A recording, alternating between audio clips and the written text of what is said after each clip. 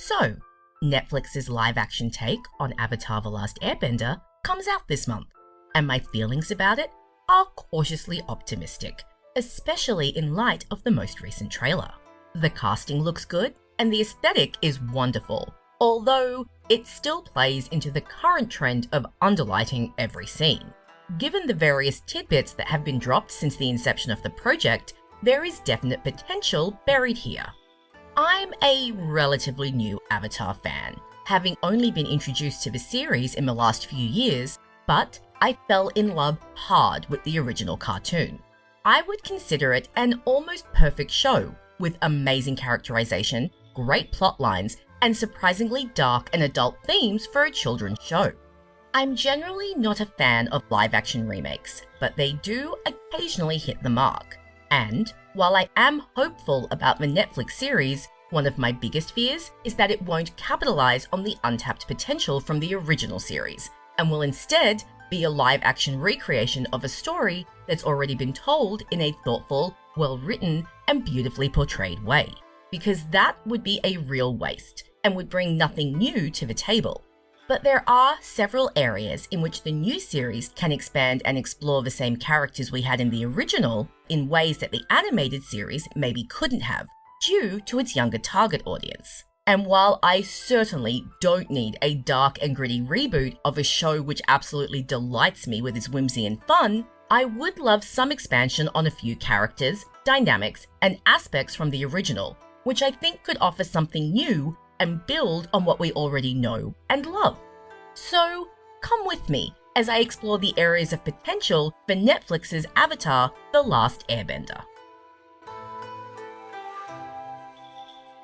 Iroh is a character one shouldn't look too closely at, and every time I rewatch the series, I have to remind myself that, despite its depth and rather adult themes, Avatar is a kid's series, and Iroh's characterization proves this most. Because his place within the narrative is as Zuko's mentor and substitute father figure, and his characterization is of the kindly and out-of-touch old uncle, his past of being a war criminal who was once sent to conquer an entire city is brushed over in the cartoon. If the new series is indeed taking a slightly darker path, this opens up a big opportunity for Iroh to receive deeper and more complex characterization. Because he's so jovial and kind in the original series, it's easy to forget that he once bragged about burning an entire city to the ground, sent his own son to fight in the same war, and, for all intents and purposes, seemed to be on the side of the Fire Nation and loyal to the Fire Lord. This makes his breakdown and desertion after his son's death extremely interesting, and the new series has a great opportunity to explore Iroh's changing morals and attitudes towards the war, making his character a greyer and more morally compromised one than presented in the original cartoon.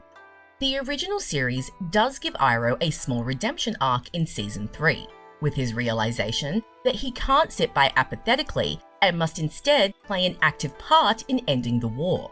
When I was a boy, I had a vision that I would one day take Ba Sing Se.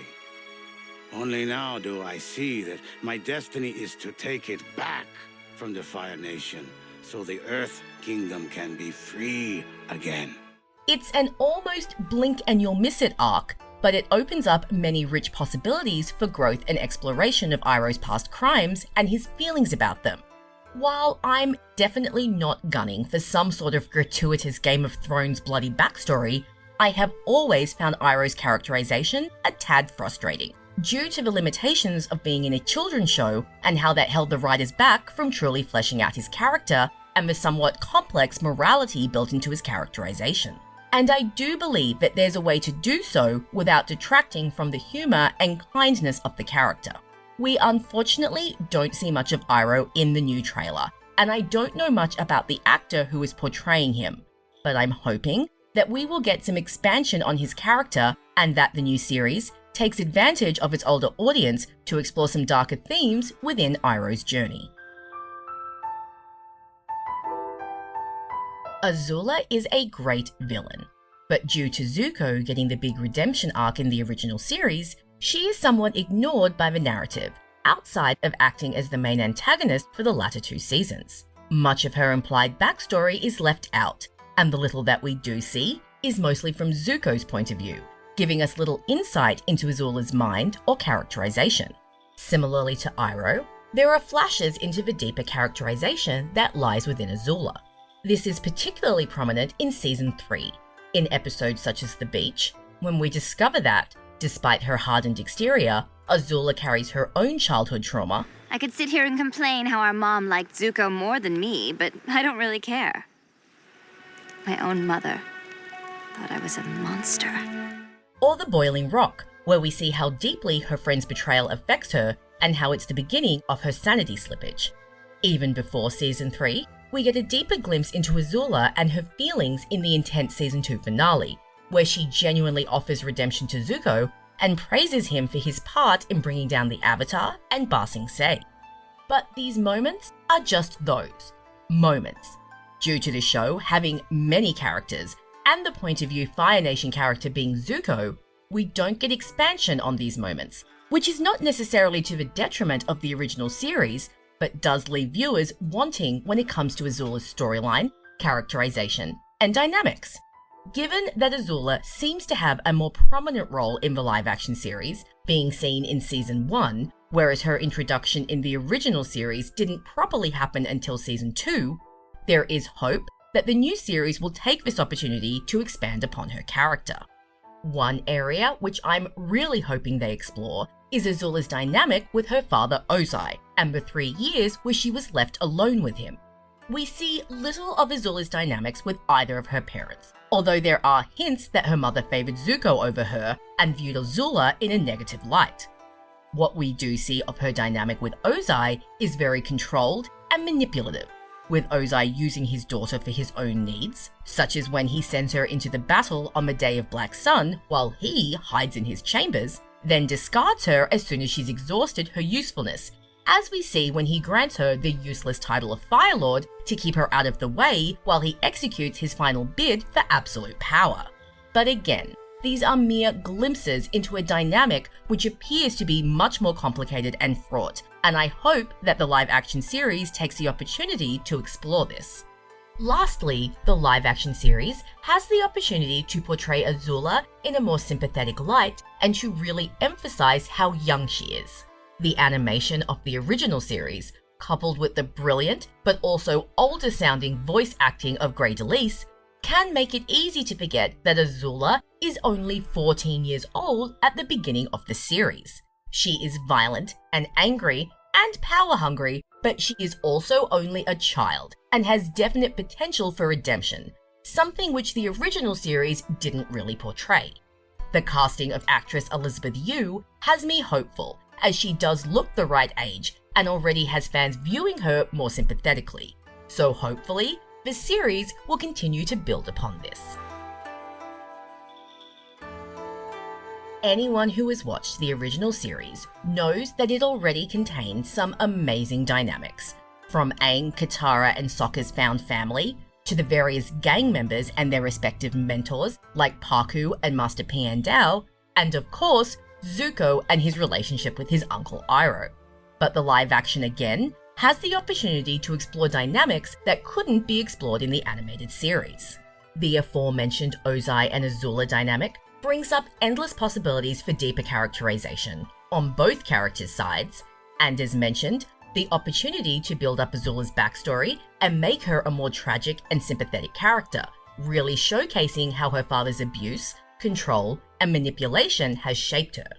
There's also a great opportunity to have Iroh and Ozai finally interact, especially since they don't actually speak to one another in the original series or even interact in any way. An odd oversight given that they're brothers. If the live-action series chooses to build on both characters, we could end up with some really interesting interactions, especially given Iroh's changing stance on the war and the fact that Ozai took the throne from Iroh, who was the rightful heir. The differences between the two brothers could create a very interesting mirror, and I would love to see this explored.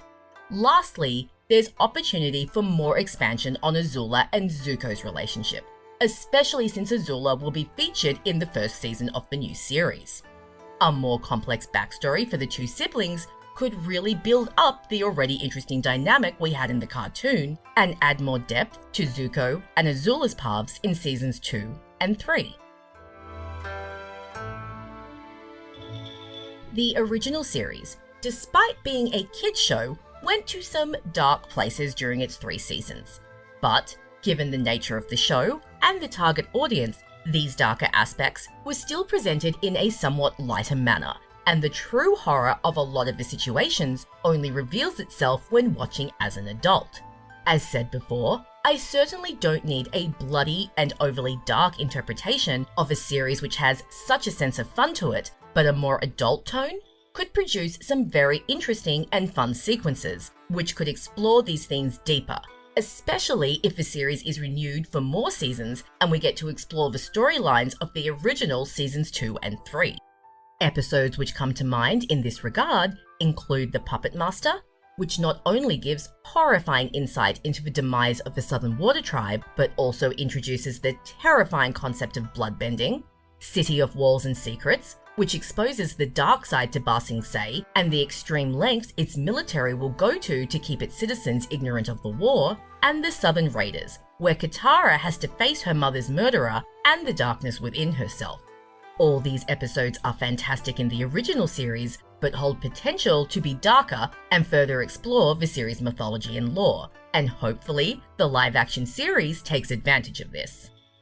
As stated previously, I don't usually have a lot of faith in live-action remakes. They either tend to be lackluster copies of the superior animations, or try to be far too modern to appeal to new audiences, which alienates the original fans.